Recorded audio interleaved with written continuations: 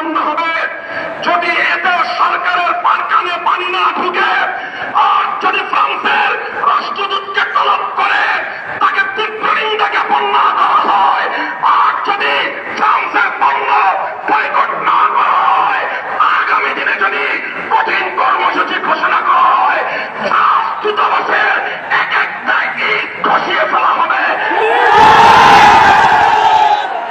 ইনশাআল্লাহ আগামী দিনে হেফাজতের নেতৃত্বে আরো কঠোর কর্মসূচি বাস্তবায়নের জন্য রক্ত দিতে হলে রক্ত, জীবন দিতে হলে জীবন, শাহাদাতের সুযোগ পান করতে প্রস্তুত থাকবো ইনশাআল্লাহ। সামরিক অভিযান